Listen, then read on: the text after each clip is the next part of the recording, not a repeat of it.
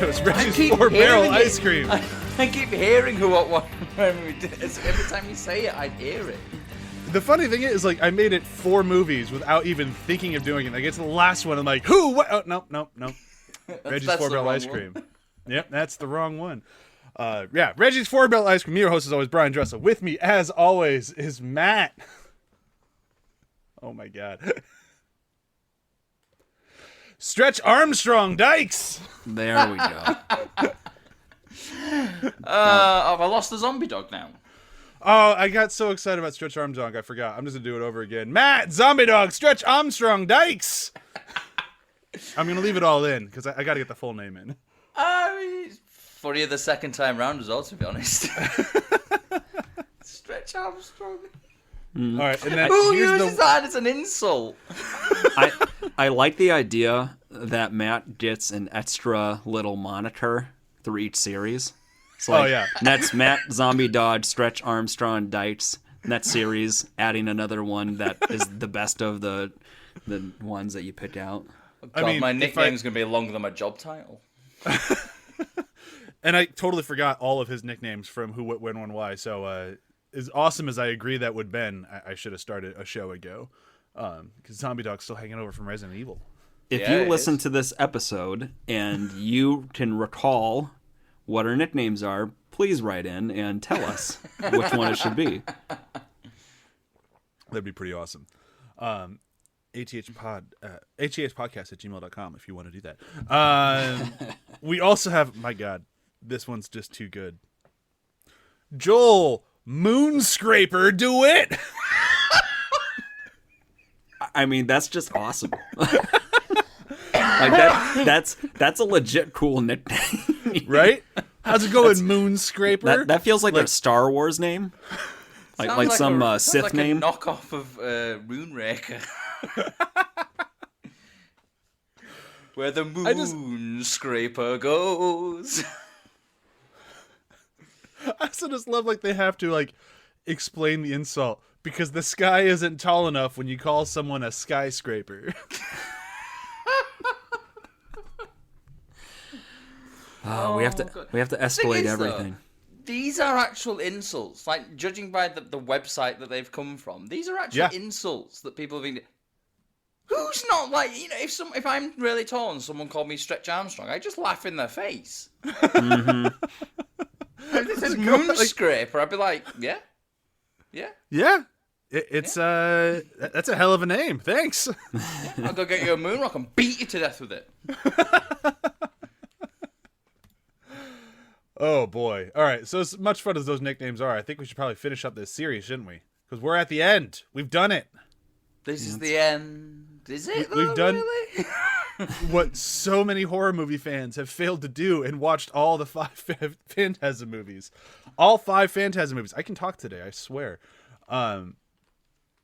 Man, this is an odd duck of a movie. I mean, isn't it like 3 different films, really? You can, like, it starkly at times feels like a web series, and then other times feels like a movie, and then other times feels like a test shoot, maybe? That's because it was all of them! Like, there's a couple scenes where I'm just like, did you have a sound department? Or is this just like the onboard mic from the camera? Like, what is happening? Like, it's just awful. But at the same time, like, could you think of a more perfect send-off for Phantasm than this? No. Oh, it's a beautiful mess. A beautiful disaster. Yeah. Like, I remember watching it the first time, and then we'll kind of... I know Matt had seen it before this, and Joel obviously watched for the first time a few weeks ago when we were going to record, then we had scheduling issues, so he had to watch it twice. But I remember the first time watching it going, I didn't really like that at all. Like, I guess it's kind of a fun send-off, and it is what it is. But all in all, I'm like, I didn't really like where they took the story. I didn't really like this. And it ultimately was just kind of like one of those, well, I guess I finished it. I fucking loved this rewatch. Yeah. I think I'm in the same boat with you, to be honest. I'd only watched it one time before we started doing this series, and it was the first time I watched it, obviously, because that was a stupid thing to say. Moving swiftly on, but like I remember watching it thinking, Well, the apocalypse parts of it were kind of cool. There was sort of that Phantasm film that was never made is kind of in there, so that was kind of cool. But the rest of it, I was just a bit like, it's a bit of a mess, this. But then rewatching it again, it's like, oh, it's a mess, is this? Like, you know, it's the same message, but the tone's different. It's, you know, Yeah. It's just fun. Like, Yeah. It's a roller coaster. And to be honest, like, you know, knowing how it was made, the fact that it was, you know, it originally a web series pilot, then some other footage they shot, then other footage, and it was all shot in secret over, like, 8 years, I think, or something. Yeah, think about 8 years. It's wild that they managed to get, and you can't see it because it's air quotes and it's, you know, we're an audio medium, a cohesive film out of it. Yeah, that needed air quotes for sure. Cohesive is not a word I'd use to describe this movie. Air quote, cohesive, air quote film. But it works. And to be honest, I can't think of any other way to end the series because you don't really... Nobody wins, nobody loses. Everyone wins. Like, it's like the story's continuing, but the story's ended at the same time. So it's like it both gives you an ending and it doesn't end it. And I love that. And it is so Phantasm. Yeah. Yeah, I mean, it didn't end with somebody getting pulled out a window, so that's kind of nice. But it still felt like a very Phantasm ending. Because it's still like, oh, wow, that's not over at all. Like, you just kind of decided to stop being a movie now.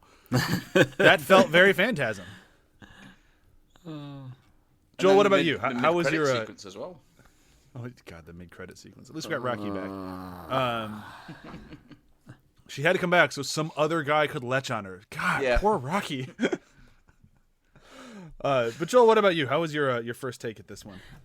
So I watched it twice, like you said. The first time, I enjoyed it, but my brain and heart were trying to come to terms with what it was. Because like logically, it is a mess. Like there is no cohesion to it. It is a lot of back and forth between, let's say, different realities, which is not that. I mean, to some degree, it's par for the course, but it is just tonally a lot over the place. But I think I still enjoyed it. But then I watched it a second time and I liked it a lot more. Like it's and when you go in there and then understand what it's going to be, you can then really just see it for its merits. And I think, depending on what you're looking for, you're probably get at least a little bit of what you want here. Yeah, for sure. If you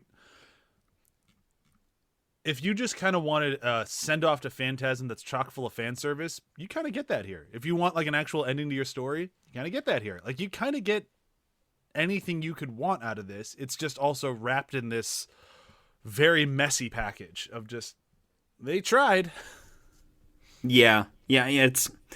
I know I keep on referencing video games, but it's Metal Gear Solid 5 of Phantasm. Like there was an idea and there's a logic to that they were trying to apply to it, but it's also a very mishmash mix of stuff and seemingly kind of unfinished. Right. I mean, that's something really never true. Got to 5. Yeah, that's something really true if they didn't actually shoot the last act. Because essentially that's what's missing from Metal Gear Solid 5. They had, like, you know, they just stopped making the game and released it, even though there was still unfinished levels on it. Yeah, Liquid Snake. Unfinished levels. Yeah, Liquid Snake definitely wasn't in this movie, but yeah. Wow, I really feel like I dodged a bullet not playing that game. Oh, it's the best playing one. It's just that the story's a mess. Yeah, it's not to go on too much of a tangent. It's basically the problem is Kojima was basically told, right, we have to release the game, and he's like, well, it's not finished yet. It's like, well, you've been working on it for however many years now. We're gonna have to release the game. We need to get some money for it. So Kojima went, fuck you, and left. That's the whole breakup between Kojima and Konami was around Metal Gear Solid 5. Yep. And that's why I didn't get PT. Those sons of bitches. Yep. Oh well. All right, so let's dive into this monstrosity of a movie. Now, trying to do what we've done with these things, where we try to go a little bit linear and a little try to just talk about the movie as it goes, is going to be kind of tough with this one. as the linear is not a word in this movie's dictionary until like 2/3 of the way in. Then it gets slightly more linear. Like when they get to the apocalypse land, like it kind of starts following some semblance of like a line, but even that's just more so when compared to the front half of the movie that does not even attempt. Yeah. But we're still gonna try. So this movie opens up like right out of the gate, like pure fan service. Reggie wandering out of the desert with his 4-barrel shotgun and his charred up ice cream man suit. Like it just feels like, oh, we are right back in Phantasm. I mean, of course, we do have our recap of previously on Phantasm, which, you know, if the last movie came out in the 90s and this came out in 2016, is absolutely needed. And without that Phantasm recap, we wouldn't get what is very important to me, a shot of Reggie in his silk PJs. It's a blink and you miss it, but it's there, which means that Reggie's in his silk PJs in all 5 movies, which makes me very happy. Does he play guitar in every movie? Because he definitely pulled up the guitar today.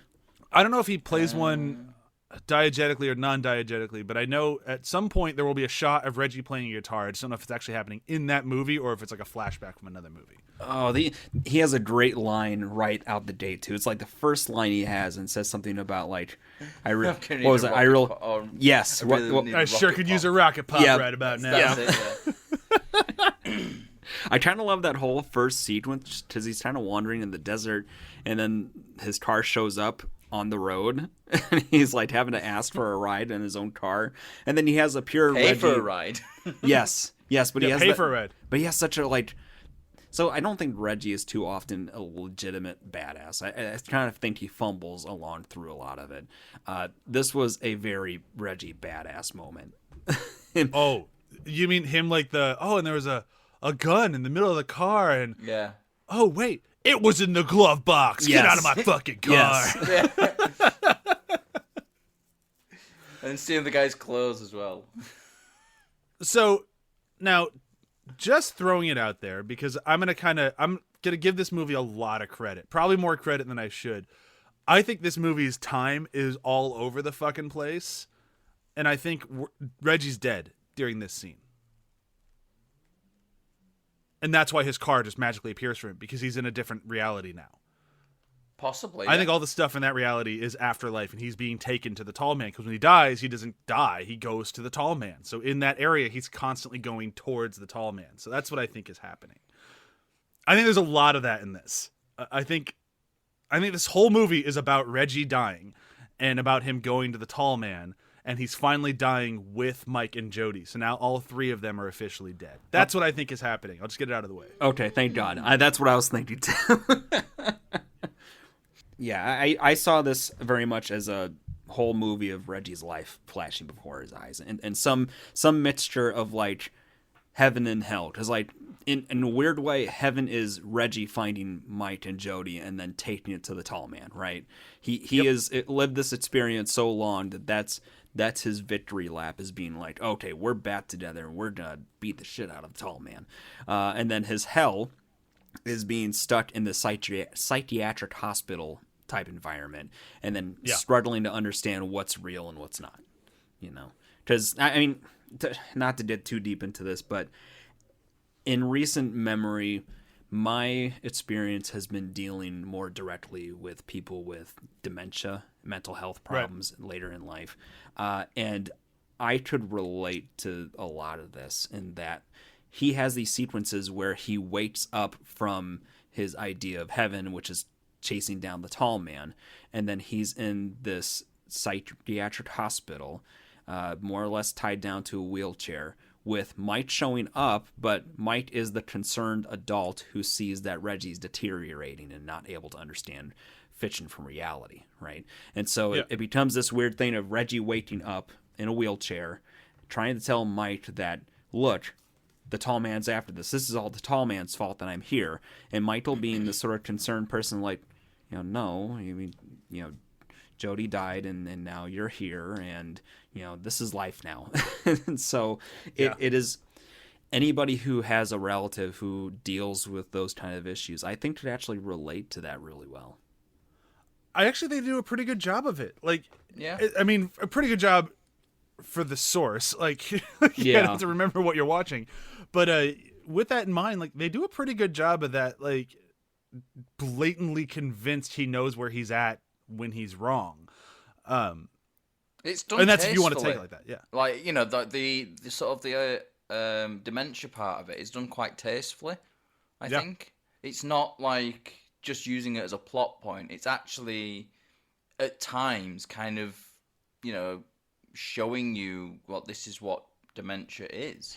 I think it's some of Reggie's best work in this whole series. Absolutely. And Yeah. I think Michael too. Like he I was gonna say Mike with him on the bench, like those sequences together, like that's the best acting he does in the whole franchise. yes. Yeah. Yes. And I think it helps Phenomenal that scenes. I think it helps that it is steeped a little bit in a realistic situation, but it gives them space to breathe where not a lot's really happening, and it is a one-on-one personal relationship with each other that is not involving a double-barrel shotgun and little tiny men. So I think these sequences kind of are where this movie really shines for me. Oh, totally. I mean, and that's what got me sort- excited when I watched the trailer was the whole like him in the mental ward going, I don't know where I am. I'm like, oh, they're doing something different with this one, and then I watched it and I was very disappointed until I rewatched it this time. I mean, it got. I remember the first time I watched it, the sequence. I mean, jumping right towards the end, the sequence where Reggie dies in the hospital bed, that got to me. Like, I remember choking up a little bit at that, and I never thought that I'd ever choke up at a Phantasm film. No, but it's maybe choke on my drink farewell. laughing. Yeah. Which also happens in this movie, of course. Oh yeah. But yeah, okay, so I wanted to get that out of the way because I'm glad we're all kind of on the same page because that means it worked. Like, good job with this super low budget, crazy bananas movie. But let's jump back to that nightmare. We'll call it heaven. We'll just call it whatever it is. But that sequence where he steals his car back, and then I remember last episode thinking that we were kind of done with brainballing, and now I remember why I feel that way because it's so commonplace in this one. It's never showcased as much. It just feels more normal. Yeah. Yeah. So that's probably why I felt that we're just kind of done with the balls because when they happen this time, the guy who gets balled on this it's funny. He gets into the back of the head after he's been stripped naked, and then the ball's just spraying the blood up into the wind and just getting blown away. I do like that shot though, with the blood actually getting caught by the wind. It's because it's the first time you've seen a ball in outdoors. Yeah. So it's it's quite. It looks a bit different. It's something a little bit different from it. And we didn't get really any legit car explosions in this movie, but we did get a car chase with the balls, and for this super low budget at the time, I think a web series, that was a pretty cool sequence. I mean, it's corny as hell, but the ball trying to nudge the car off the road, ramming into it. It's what? And the other doing? one coming up and they're trying to trying to get in through the window and everything. Oh yeah, it's so ridiculous. But I'm like, this is just fun. This is what I want to watch right now. What is the point of this? There is a little bit, at least at the start of this movie, where visually it's clear they tried to sort of make it a little more current looking. Yeah. And I understand why, and I'm not sure if they straddled it quite right between the style that this movie series should be known for and sort I wonder of the if it's a modernism. necessity. Because I think this one, it was shot on digitally to cut the cost down. So I think that might be more of a necessity to change the look, right? Because it's difficult to capture, especially at the time it was shot. Digital photography's come a long way since then, but at the time, it would have been quite difficult to capture it and make it look like film. It was near impossible. In the early early aughts, early 2009 to 2012, it was damn near impossible trying to make it look like film. And this movie shot over 8 years and came out in 2016. So it could have been shot. Who knows when these sequences were shot? I didn't do that sort of research into it. So there's an 8-year period this thing could have been filmed. And if it's filmed in the earlier part of that, it's not going to look very good.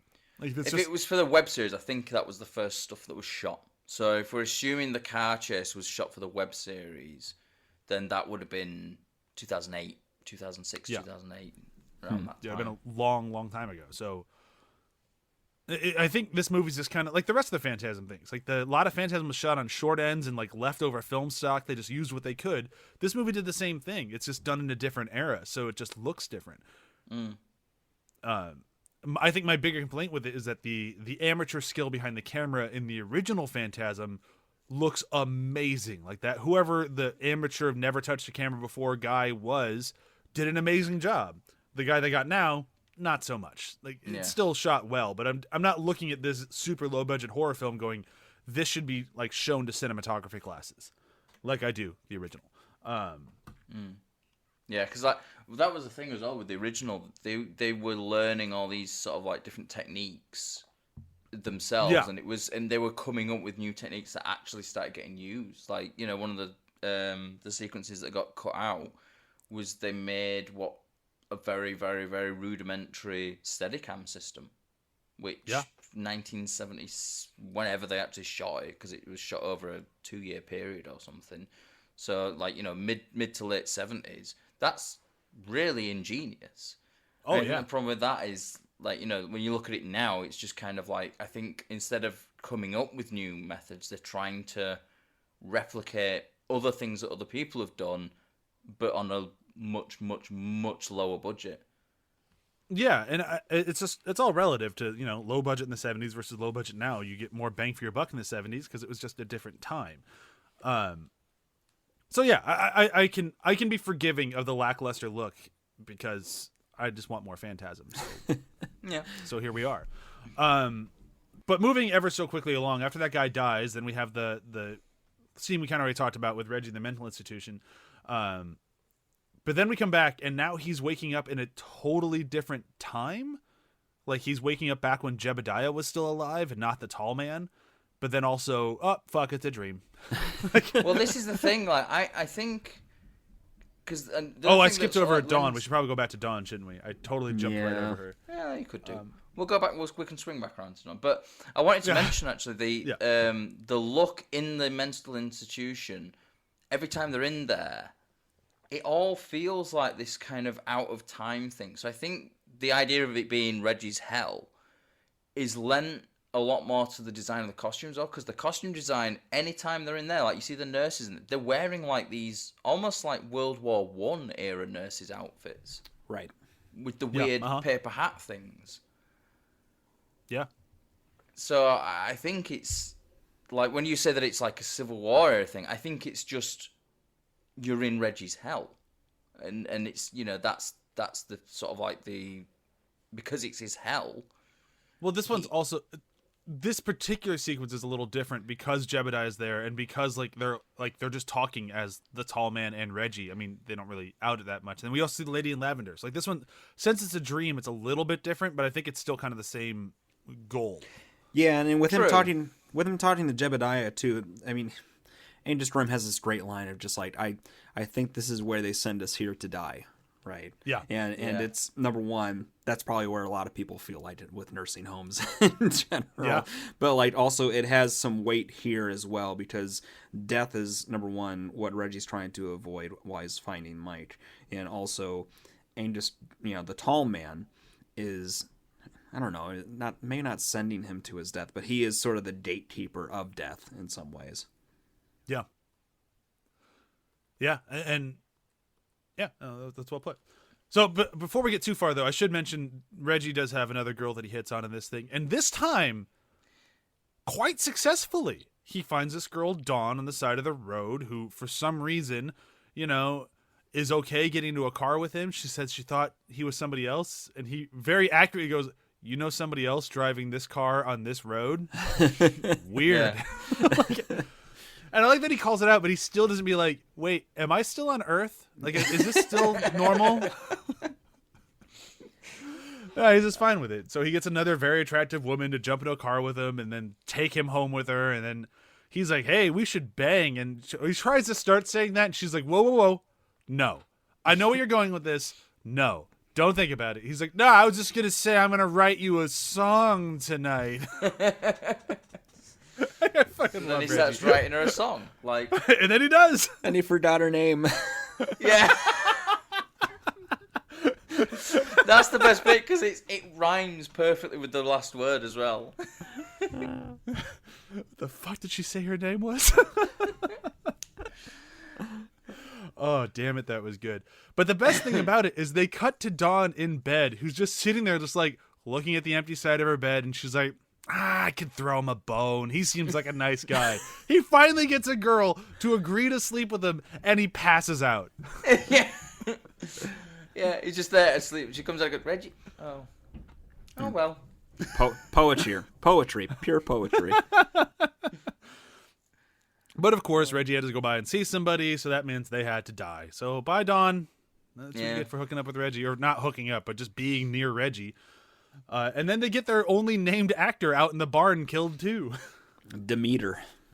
Yeah. Demeter. Yeah. And this is one of those cases where I think this movie does a really good job of naming something with a double meaning. Like so the name Demeter, it's obviously the character, but it's also the name of a Greek mythological person.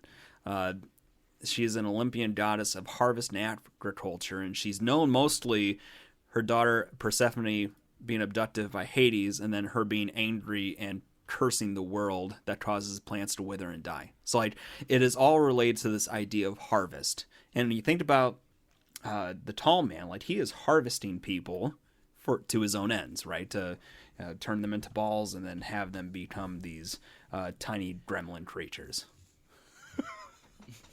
I just thought they spelled awesome Dimitri wrong. Like that. I just thought they said Dimitri wrong. But I was actually even talking about just Daniel Roebuck. Like he's a named actor. Yeah. I mean, he's done in The Fugitive. so many things. Excuse me. Like literally every time I see him, I always think of Fugitive. He's in The Fugitive. Yeah. He's in Fugitive. He's in U.S. Marshals. He was in Final Destination. But also everything Joel said too. Like this tiny little character who means nothing, but is basically just there to get bald and to have the amazing line of, "Dude, bad news about your horse." Yeah. The horse balling. Oh my god. For my money, that might be one of the worst of the whole series. Like you just see the horse just slam on the ground, just the pool of blood, and the horse is just writhing, and it's like, good lord. Yeah, there's something about animal deaths that are sometimes worse than watching a person die. Yeah. And I like, on the end credits, there is actually a credit for horse wrangler. Yeah. So it's like, yeah, it was a real horse there at some point doing some acting. That poor horse. That poor horse, man. It just got bald for no reason. Just happened to be in the wrong place. I know what you mean about like animals as well. Like there is always something a bit weird. Like I can watch human beings get slaughtered all the time, but if an animal dies, I'm a bit sad. Like, I just watched Return of the Living Dead the other day, and the half dog thing in the opening where it comes back to life, and it's just there sort of like moving on the floor. This half dog thing. I'd forgotten completely. Did you say Return of the Living Dead with Tarman? The brains. Yeah. Such a good movie. I think there's a presumption of innocence for animals, where it's just like you see a person die, it's just like you've done some shit. Like, yeah, when you're watching The Edge and the bear is trying to kill Alec Baldwin, and the fuck was the other one? Hannibal Lecter, whatever his name is. Anthony Hopkins. There it is. Yeah, when the bear's trying to murder them, you're not like, oh, that poor bear died. It's like, no, fucking kill that bear. It's a monster. But if you're just watching a horse be a horse, then it gets brain balled, it's like, well, fuck you. It was just a horse. Yeah. Wasn't doing anything. But I just, horses are a lot nicer to people than bears. That's fair. But I should mention, like, Reggie and I just blanked on his name, Daniel Roebuck. Like, they played off each other fantastically well. Like, it's such a tiny little scene, but like, I love looking how much better of an actor Reggie's become from like Phantasm 4 to Phantasm 5. Like, you can tell he's just been working constantly ever since.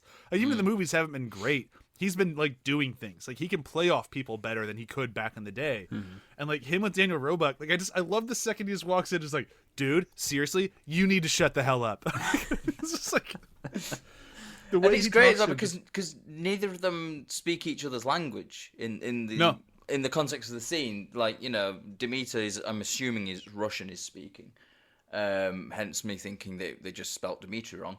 And Reggie speaking English, and neither of them can really communicate with each other. There is some sort of understanding there, and there is I don't know. There's like a loose kind of communication, and it's all in like sort of it's more physical communication than sort of vocal communication, and it works really well. Well, it's like Monster Hunter. Got it. Yeah. God, I loved that movie, by the way. That is a it's pretty good good. film. Pretty good. I I've caught watched that it, like, randomly, and like I was like, "What is this film? This is incredible!" And then like I ended up looking it up. I was like, "Oh, written by Shane Black." That explains it. Oh. Yeah, what an underrated movie. But anyhow, let's get back into this. So when we were we're in the farmhand, and then after that we go back to the hospital, and we have that pure fan service line of like Mike. He's trying to explain like string theory and multiple realities, and he's like, you know what? I'll just send you the book. Like talking to Reggie, like this is why you feel this way. Like you're not wrong. This stuff might potentially exist.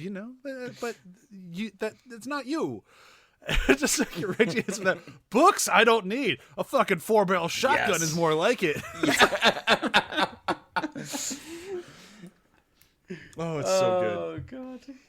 And then we come back to like brilliant. time skipping Reggie, and like when you're paying attention to time skipping Reggie, it's like, oh, I go hiking with Corin at that park. Oh, I go hiking with Corin at that park. Oh, I go hiking with Corin at that. Oh, they're just doing a tour of LA. This is great. Those poles in the ground aren't there anymore, which is probably for the best. But Yeah, there should be. But I'm trying to race to this one scene. Like I really want to get to this scene because it's just what I think one of the best scenes in Phantasm. Like that's how high I hold this one. And it's when I think Reggie goes to talk to the tall man. Yes. And like they're in the tall man's world. The two of them just having their chat is so fucking captivating. Yeah. I mean, number one, it is a stark white room, almost blinding, to the point where like it almost seems unreal in a sense that like it is back to that like almost fever dream kind of thing where you don't know if it's death or living. And then also their conversation is very not Phantasm in a way. No. It's so matter of fact. Yes. It's just like he lays the tall man's won. And he's like, why are we still doing this, man? Like, I beat you decades ago. Is this sequence, or is it the next one where they talk, where he says, where the tall man goes, "Your playthings don't work here." I just think that's the next so good. Yeah. This is, and that's the next one, which I kind of consider them the same sort of thing because it is just kind of an extension of the one conversation. This is the part where the tall man recontextualizes the words. You think when you die you come here. No, you come to us. None of you ever listen. When the time comes, they come to me. It's I just love that whole sequence. And it's this whole like this could all end. I can give you your family back and your home and your simple little life. All you have to do is to agree to stop chasing down Mike. It is really this. In most times, it would be a tough decision. And I kind of think like they were trying to frame it that way, but it wasn't necessarily all that clear. Like I think Reggie, had a twinge of look in his eyes, but it didn't seem like he was struggling as much as one might, in the decision of like, do I keep following this friend or do I get my wife and children back? And that would be a really... Okay, it wouldn't be a tough decision for me, but I mean, like in this reality where he's been one mind focused maniacally on Mike for decades, you could see why that might be a tough decision for him. Oh yeah, and like just I like that it gives them moments to go think about it, and then like when they come back to the next conversation, and like that's where for me like that's why I consider it kind of one sequence. He's like, oh, you need a moment to think about it, go think about it, then come back and talk. And when they come back and talk, like all of those things that you just said, like they're just really shown perfectly, like on how Reggie contextualizes it. You get that he's like, I don't believe you, and he shouldn't. Why would he believe the tall man at this point? He's like, yeah, it was a great offer, but I also think it's bullshit because they're just zombies. Like I wanted my wife and kid, you took them. Mm-hmm. Yeah. Whatever you're giving me is not them. It's just your version of them. Yep. But then I love that at that point, like. He's just done with Reggie, and he's been done with Reggie the whole time because Reggie was never supposed to be a part of this. And I love that he just has that relationship with him. And I like that, like the line that he's like, Tall Man gives away the whole movie in one line where Reggie tells him to go back to hell. Yours or mine. Some might say we're in it together. And it's like, he's telling you you're dead, man. Yeah. Yeah. Like, you're done. I mean, You've lost. there's even that line a little bit later on as well where he goes, "You're not even real. You're my bad dream." Yes, and that's another great line. Oh yeah, that. So I mean, fucking good. spoilers for next week's episode. That spiel might be in my top lines of the whole thing. I'll save it for the end of the episode because it's definitely a line for this episode. But it's just so great, and like it's the final, just like the tall man tried to give Reggie just a chance to stop being tortured, but at the same time, him being tortured is very entertaining to the tall man. So it's like, hey, I'll give you a lifeline. You don't need to keep doing this, but if you want to, I'm game. Yeah. Yep. It's pretty awesome. And he ends up he ends up in between that. He ends up in like this mortuary, which looks really, really, really suspicious to like the one that's in Phantasm 3.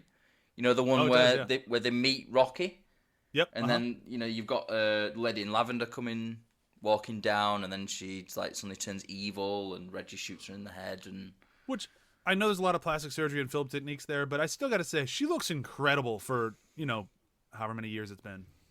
yeah, I think she'll be. She was 19 when they shot it. So 19 in the 70s, so late 40s. Now, she'll be like 50s, late 50s. Oh yeah, 50s. I can do math. Yeah, so she looks great. I love that they brought her back too. Like bring her back at some point. It's interesting. They keep bringing her back in like the odd numbered ones because she has a very brief cameo as a nurse in Phantasm 3. Oh yeah, she does. Yeah. Yeah, she's always very bewitching in these movies too. It works very well. I mean, But the I only feel reason like the Lady in Lavender character exists is because in the audition that she did, Don saw this sort of I can't remember the term, but like basically like an almost like a sinister quality in the way that she was doing the audition, and he basically wrote that the Lady in Lavender was the tall man's alter ego because of that. Like, she was just supposed to be someone who picked up Jodie at the bar. They go and have sex. Jodie runs off to Mike, and then she gets eaten by a dwarf or something. And they changed that whole thing because of her audition, which is just they made insane. the right call. Oh yeah, they did. She's cool. Yeah. But I feel like this is the part in the movie, the point in the movie where it starts getting way more linear, and it's also where I think you're supposed to be going, wait, is this the real world? Like, is this over? Like, oh, we're done with all the mind stuff, and then it's like, oh no, this is just now we're just in hell. Yep. Like, it's just a different world for him to be in. But I love when he wakes up and you start seeing dead people. Like, we saw Dawn die. Like, we saw her die. And now we have Jane, which is clearly the same person. Like, and Reggie knows it's the same person, starts trying to sing the song he wrote for her. Didn't go The very look well. on her face is brilliant. She's like, no, sorry. Yeah, no, I don't remember that. This is definitely the movie that I think handles humor probably the best. I mean so I think the standard bearer before this was a Phantasm 3, where it was a very comical, and to the point where it took you out from the actual like tone Yeah, it was a of little bit too much Phantasm. slapstick. Yeah, but they slide it in just enough times where it isn't overbearing or overstays it well, or like affects the tone well. And they're very passing jokes too. Oh yeah. Yeah. It's It blended it believable, better, yeah. as believable as you can get in a Phantasm film, but it's Yeah. believable humor as well. It's not like, we'll just have a random Home Alone style house that's made by an absolute psychopath. Yeah, that thing was time stamped to the 90s hard. Yeah.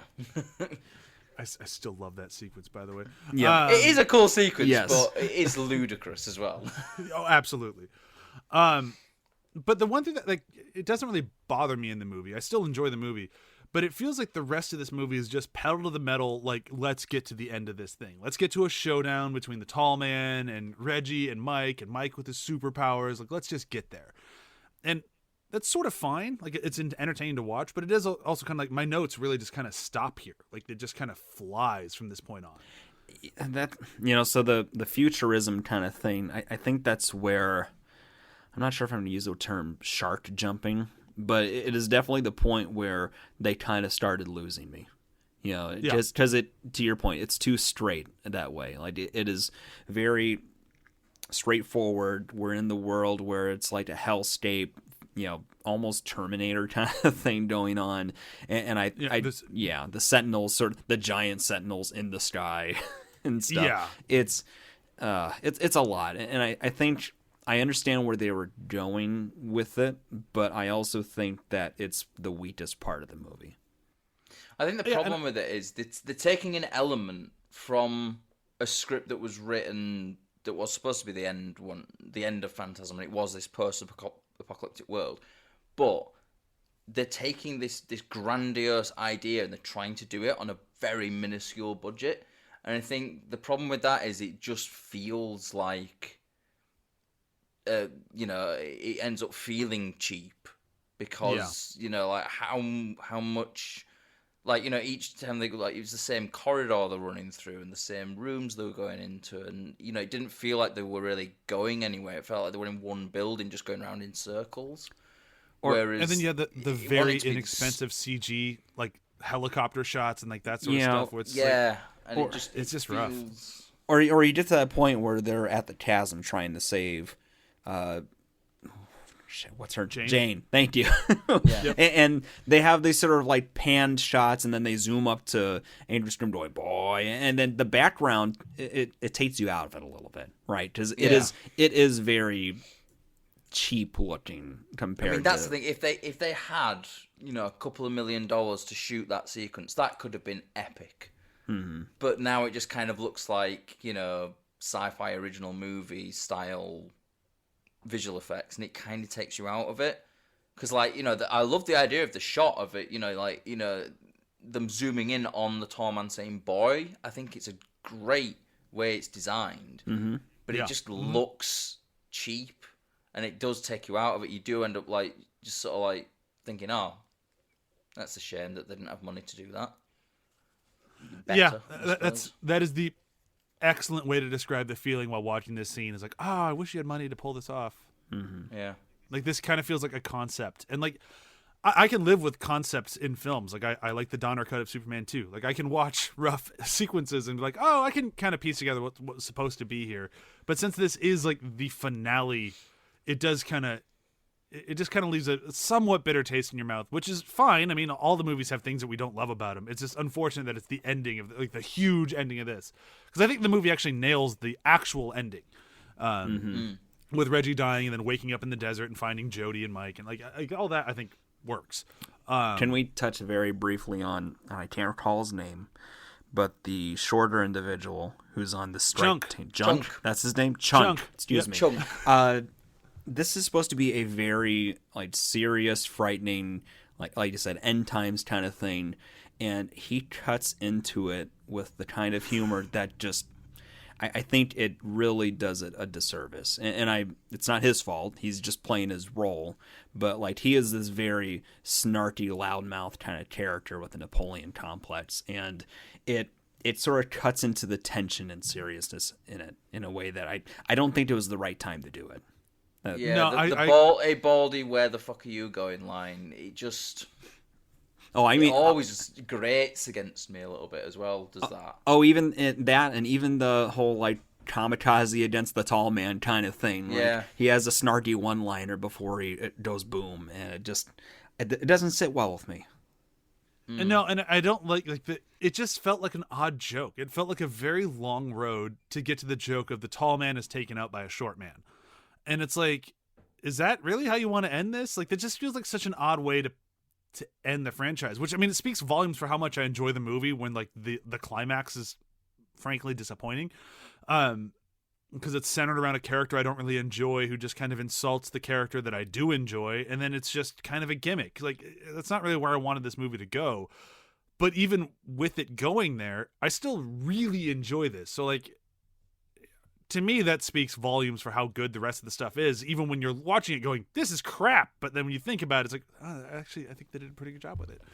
I mean, it's a bruise on a great looking apple. There are going to be flaws. These aren't going to be perfect by any means. It's just, I think the time of the movie, it being near the end, near this climax, is part of what accentuates it so much too. And I mean, we keep sort of like talking about the fact that this was like incredibly low budget. Apparently, it was the lowest budget of every single Phantasm film. That includes the first one. The first one had $300,000. I can't find an exact figure on how much it cost them to make Ravager, but for what little money they had, they made something incredible. They really did. I mean, quite frankly. Yeah. I mean, I'm sure everyone took like, I guess we'll make some money on the DVD sales. You don't have to pay me to be here today. Like, it feels like one of those movies. And it helps that, like, Reggie and Mike and Jody and Angus Scrimm, like, they love this franchise. Like, that really helps a long way. And I think there's probably some studio meeting somewhere where they're like, well, like, maybe if we want to make 6, we have Chunk and Rocky. Like, they might be able to come back. Like, it kind of felt like they're trying to set them up. I just really hope that never happens, because it did kind of feel like Chunk did kind of feel to me like a prototype, like Reggie's sort of replacement, like kind of a smart mouth, hits on Rocky with virtually no chance of it going anywhere. Like, he kind of felt like that sort of, maybe we can slide him in, and I'm like, I really hope that's not the point. Do you think? But that's what I was afraid they were doing. Do you think they'd give him a prosthetic hand if they did that? No, I think they'd give him a gun arm like they do. Ash. Okay, that's sick. Yeah, that'd be my bet. Ash is a chainsaw arm. Oh yeah. Barrett. So who am I thinking? Barrett. Barrett. Thank you. It's worth noting too. Like, it is hard as hell to find much reference to this movie anywhere on the internet. Like, you can find. You can find clips on YouTube, maybe a little bit of like factoids, but if you're trying to find like quotes or synopses or discussion, it's nowhere. No, and you can actually say that for the majority of the Phantasm movies. Like, there's not a huge online fan base. Might explain why we have so many few listeners for this series than we did the other ones. But there's just something about Tell your Phantasm friends. They'll come back when we do our next one. But like, there is something about Phantasm that just kind of pushes people away, and maybe it is that it's a little tougher to understand. It's just a little too goofy, but I mean, I've really enjoyed this rewatch, so maybe I'm the wrong one to ask. That's the funny thing, because I think that's one of the reasons why I love it so much, because it is something that's not just the same. I think, like, as much as I enjoy the Friday the 13th films, if you watch them all in one go, it's literally just the same thing over and over again. How dare you? How dare you? As someone who is a lot of campers go to a camp, they have sex, and they get killed. That's the circle. They don't of life. always go to a camp. They only go to a camp, and I'm not going to do this. My point is that each Phantasm film is very different, and they all have something very unique to them, and like very unique to Phantasm as well. Like, we've seen the Friday the 13th knockoffs. There's never been a Phantasm knockoff, really. No. As someone who has not seen these movies before and was perplexed more than anything at the start of this, there's a lot of merit to watching these movies, and it's worth noting, at least to me. I mean, these are presented as kind of horror movies. They're almost more thrillers. Like the for sure. There's not too much where it's like on the edge of your seat, pins and needles, waiting for the next shoe to drop or a scare to happen. It is psychological thriller. Psychological, and like some of the movies kind of have that action horror element to them. Like, especially the first one. Like, there's full blown action sequences in that movie. Yeah, And the second one as well. Yep. Yeah, that's true. Yeah. Yep. I mean, it's crazy to think as well, like, you look at all the other sort of like horror films as well, like, the budgets on them usually get bigger, and it's like the biggest budget this series had was $2 million, which is just, it's mental. Like, it's nuts. But we're getting really close into wrap up conversations, and that's for next week. This is true. So I feel we've covered the movie. I think we should start moving into our quotes or favorite moments. Can I just say, the Mad Max Cuda, pretty fucking cool. Oh yeah. Mm-hmm. As weird as it is, just like when it randomly just comes in, I dig it. I'm so fine with it. It was awesome. Yeah. And that's kind of like what a lot of this movie was. I'm like, oh yeah, I'm sort of fine with it. It was awesome. I just don't like that one final showdown, which I'm kind of bummed about. But even that, I can kind of get through. Mm-hmm. And there's like this sort of like this in the future stuff. There's all this kind of like steampunky look, like the goggles that they're wearing and the costume design. Sure. It's very cool. And before we get into the wrap, I have one last thing to say. Yes. The one thing that's probably my most hated thing about this entire series. I don't know if you actually watched the whole end credits, but that fucking rap song at the end. Oh man! That's my you new don't, ringtone. you What are don't talking like about? that? Was amazing. That's incredible. Fucking awful. It makes me feel violently sick. But- it is awful. But that's what's great about it. No, Yeah, I'm with Joel it on is. this one. It is the most No. like out of place current kind of thing in this whole movie. No. I wish I'd written down all the Hate it. lyrics for my quote. And the guy who's Hated rapping, it. his lyrics are like trying to use story beats from the series too. It's amazing. I know, it's so bad. It's just like, I usually will watch the end credits on these films because the music on the end credits is usually pretty good. Like the song on Oblivion, which is actually sung by Reggie. Have you seen it? Pretty good song, actually. I dig it. Like a rock music version of the Phantasm theme in there. I dig that.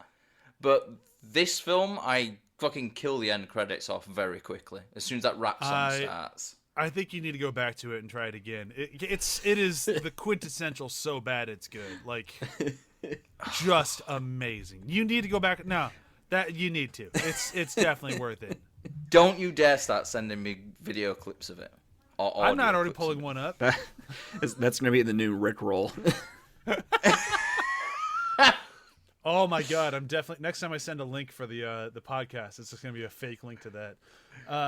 I hate you. Shouldn't have given it away. Damn, I have to wait a long time to pull that one off. All right, so let's move into our favorite quotes, and I kind of hinted to mine earlier because it's very reminiscent of a line in 4, which I also loved, but this one for some reason just took the edge because it was more personal. He was more angry not angry, more annoyed in this one, so I that's why I liked it more. But it's the tall man talking to Reggie, and basically just like, why are you still here? Would you please fuck off? And it's just like the best line of that, you're an unwanted pawn in the game, but your tenacity's amused me, and I've enjoyed your despair. Yeah. But my use for you isn't at an end. You're not even real. You're my bad dream. Like, it's so fucking brutal. Yeah. It's so good as that. It's like, this is the character who we basically, as the series goes on, you start to think, oh, this is the main character. And even to the point where the film that we are watching right now, when that line is said, is all about that character. And he's just been told that he is a nothing. He is not even a pawn. He's just he's like a mosquito. Yeah, It is. It just won't go away. It is the perfect summary of like what the relationship is, though, and he summarizes it in one sentence, and yeah, to Matt's point, it's sort of that almost that Ayn Rand quote of like, what do you think to me? I don't, kind of thing. Yeah. Oh, it's a little bit more eloquent than I don't, but that's essentially that just nails it. That's a tall man in a nutshell, though. Very Oh, eloquent. for sure. Eloquent and brutal. Yeah. Do you think the tall man's Matt, a libertarian? Matt, where do you go next?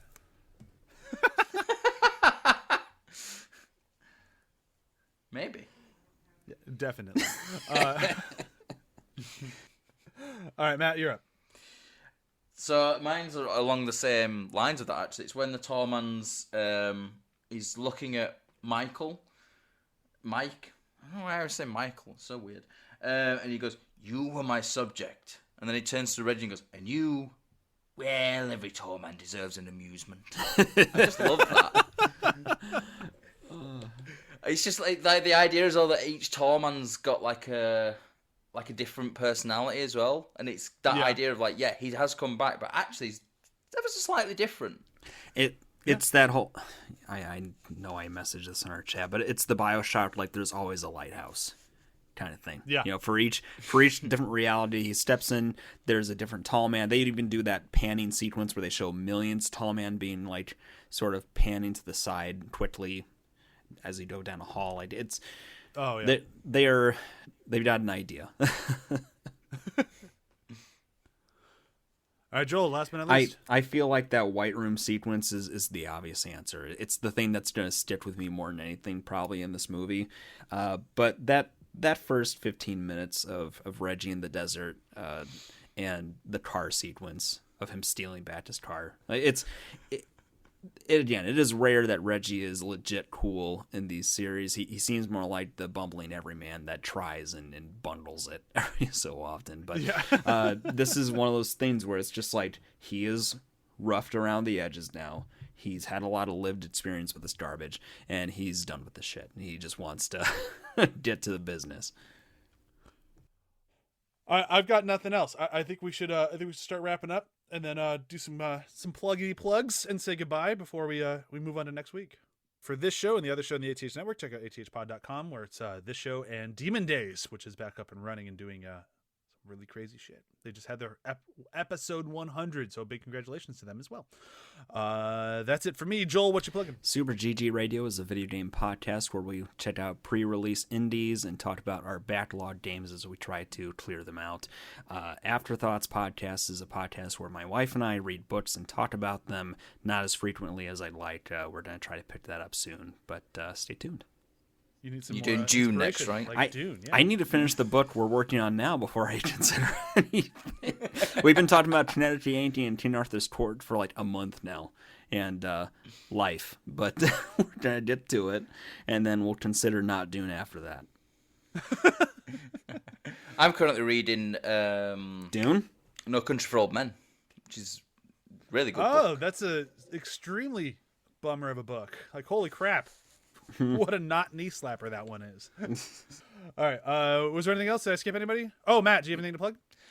Yeah, so I've got an article that I'm writing about Airsoft, which is now in very final stages. So I'm just doing a bit of proofreading on it, a few little bit of tweaks, and I'm trying to get back into writing. And I've actually on Reddit been following this thing called writing prompts, and one popped up today, which is quite an interesting prompt, and I am going to try and write a little short story about that, which I will probably just throw up onto the site as well.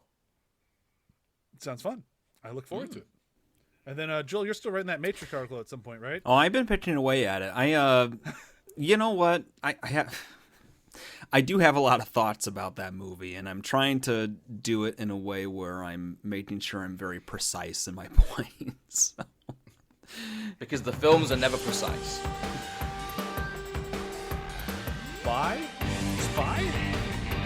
Boy! There you go. Boy? Ooh, that was